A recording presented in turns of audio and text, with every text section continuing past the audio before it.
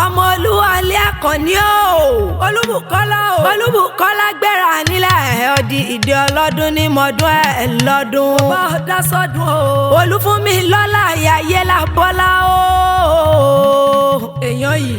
Ẹ̀gbá ara akẹ́mọ̀jó ọmọ agbóngbò àkàlà ọmọ ajógbẹ̀rú mọ̀jógbẹ̀ ẹ̀kọ́ torí ẹ̀rú nísìnyí ẹ̀kọ́ kì í sìyàn. Mo kí ọ. Wọ́n mọ̀ kí ọ ní gbèjègbè ìjọ ọdún ẹ̀ ló wọlé dé.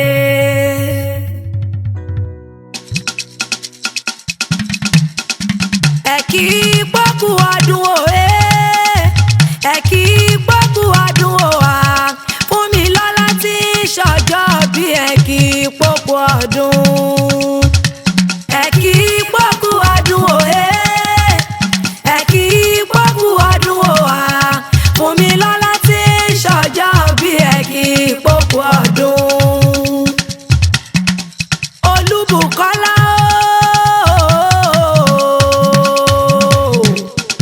àbùké wá dá mi lóhùn ìwọ ní ń ké sí ọkọ ọdún.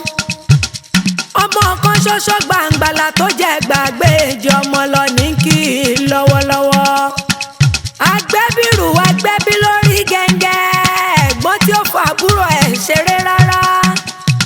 Àbúrò tó mọ yáyì àwọn ẹni ìṣáájú ọmọ rẹ̀ bí yan ìwọ ní kí ọkọ ọdún. Ọmọ yẹn mi Stella Olúṣọlá o. Ó dá lójú ó dá lẹ́nu ó dá nírìn ẹsẹ̀ méjèèjì. Akíkanjú ọmọ tó fi ń tọrọ ọmọ ni afúnimásìrègùn afúnimáwòbẹ̀ ó ṣe fàlejò ó ṣe fónílé ọkọ àmórípẹ́ ọdún.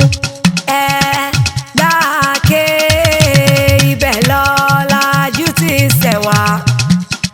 Ẹ gbáké ibẹ̀ lọ lájú ti ṣẹ̀wá.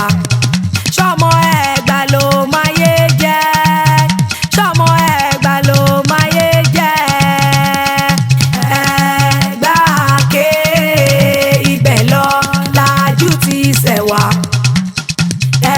Ẹ̀gbáké ibẹ̀ lọ lájú ti ṣẹ̀wá. Ṣọmọ Ẹ̀gbá ló máyé jẹ́ ṣọmọ Ẹ̀gbá ló máyé jẹ́.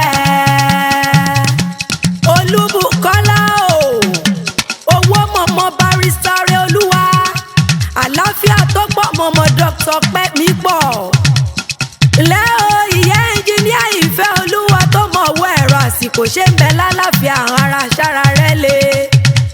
Ọ̀pọ̀ ọdún òye mi àgbàlagbà òye ọ̀pọ̀ àmórípẹ́ ọdún ọ̀ nífẹ̀lẹ́ ìsànṣe mọ́ lágbára ọlọ́run ọba. Ẹ̀gbá ara akẹ́màjò ọmọ jòjò lọ́fà lẹ́mọ̀ mórílẹ̀ bàbá tó bí ọlọ́mọ. Ọmọ òṣìlẹ̀kùn palẹ̀kùn dé ọmọ àrídìí ògo lójú ogun. Ọmọ láàróyè ogun bá ara fàgbẹ̀. Ẹ̀gbá ọmọ lísà bí ọmọ agbóngbò àkàlà. Òlé ọmọ lákẹ́jọ bí àṣẹ́rẹ̀ tí mú mi kíkan kíkan. Ẹ̀gbá làkè Ẹ̀gbá ló wú Ẹ̀gbá ló kọ àlàkẹ́ ọmọ wòyíra kọ́ ọmọ bàrà gbákígbá igbákígbá ní kẹ̀kẹ́ ń sọ. Wòyíra kọ́ ọmọ bàrà ẹrúkẹ́rú abilala lẹ́nu bí ẹ̀sìn. Bùkọ́lá o Ẹ̀gbámọ̀dé tí mo sẹ́yìn orò kí n tó sẹ́tẹ̀ eégún mọ́lú. Ọmọ wọ́mú lóró òkè o. Olúbùkọ́lá o nọ̀mùnọ̀mù lóró òkun àgbà tó róró múròmù ó sí ọ̀rọ̀ jẹni nílé lákẹjọ bí àṣẹrẹ tó bí ọlọ́mọ. Ọmọọba mi Jonathan Àkànní mọ̀ gbọ́dúndùn ẹnu mi wọ ní kí i lọ́wọ́lọ́wọ́. Ẹ̀gbá ló ní báyìí sí Ẹ̀gbá ló ní báwà. Ẹ̀gbá méjì ò gbúdọ̀ jára wọn níyàn nílé Sódẹ̀kẹ́ tó bí ọlọ́mọ. Ọba márùn-ún níjẹ̀ lóde Ẹ̀gbá lákẹ́ gbogbo wọn náà dádé. Olúbàrà ọba ní Òsìnlẹ̀ ọba ní Àgùrá ọba ní Olówó Òdùrú ọba ní Aláké Ẹ̀gbá ńkọ́ṣẹ́ ń bẹ lálàáfíà àrà ọba níṣẹ́ Ẹ̀gbámọ̀dé tí mo sẹ́yìn orò kí n tó sẹ́tẹ̀ eégún mọ́lú. Olúbùkọ́lá o ọmọ bọ́rọ̀ mi ò pagi bọ́rọ̀ mi ò pọ̀pẹ́ bó bá ṣàgùrá lórí omi lè pa ẹjọ́ mọ́ pa lọ nílé bàbá tó bí ọlọ́mọ. Ńlẹ́mọ̀ dágọ́jọ́gọ́jọ́ ọdún ẹ̀ lóde ọ̀rí òmùgọ̀ èèyàn ní sọ́lé ìyẹ́nu tí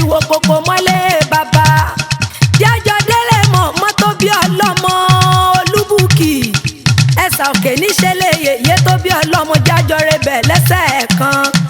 Ilé ojúlówó ọmọ ìyá mi Stella Olúṣọlá.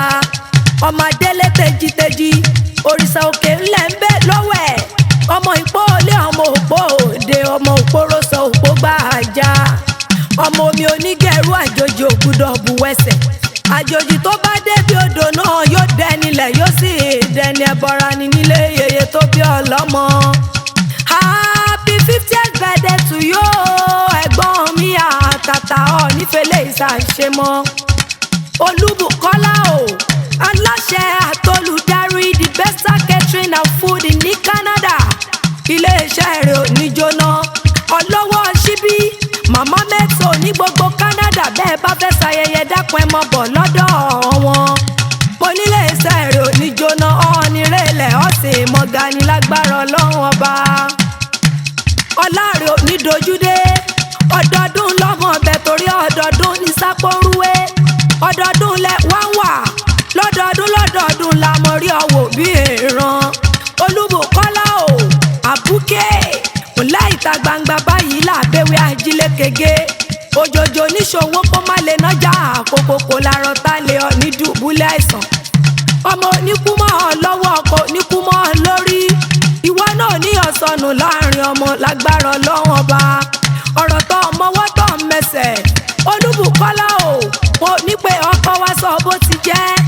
Ayé oníjàlè kí wọ́n pé wọ́n ní ọ̀rọ̀ tó mọwọ́ tó mẹsẹ̀, wọn ò ní pé ọkọ wa sọ bó ti jẹ́. Ọ̀rí ọmọ ọlọ́dún òní, èmi ò dédé ṣe léyìí, iṣẹ́ àrán mi ni mo wá jẹ́. Ìdílé pásítọ̀ Lábọ̀dé Àrásánmí, CEO Ballboard aṣọ òkè àmọ́, CEO Little Seed Kiddies. Náà ní kí n wá mọ̀ kí ọ ní gbẹ̀jẹ̀gbẹ̀ ìjọ wọn lọ kó àmórí pé ọdún. Yéèmí o, Olúfúnmi lọ́lá o. Bọ́ bá mọ̀ mi ṣe bọ́ gbóhùn ẹnu mi. The chanting divan lè mi jẹ́. Ọmọ mi tẹ́rẹ́rẹ́ Abẹ́òta. Dákun jẹ́ mọ́ fẹ́lẹ́ ìṣe lọ ká tún jọ ṣàmọ́dún.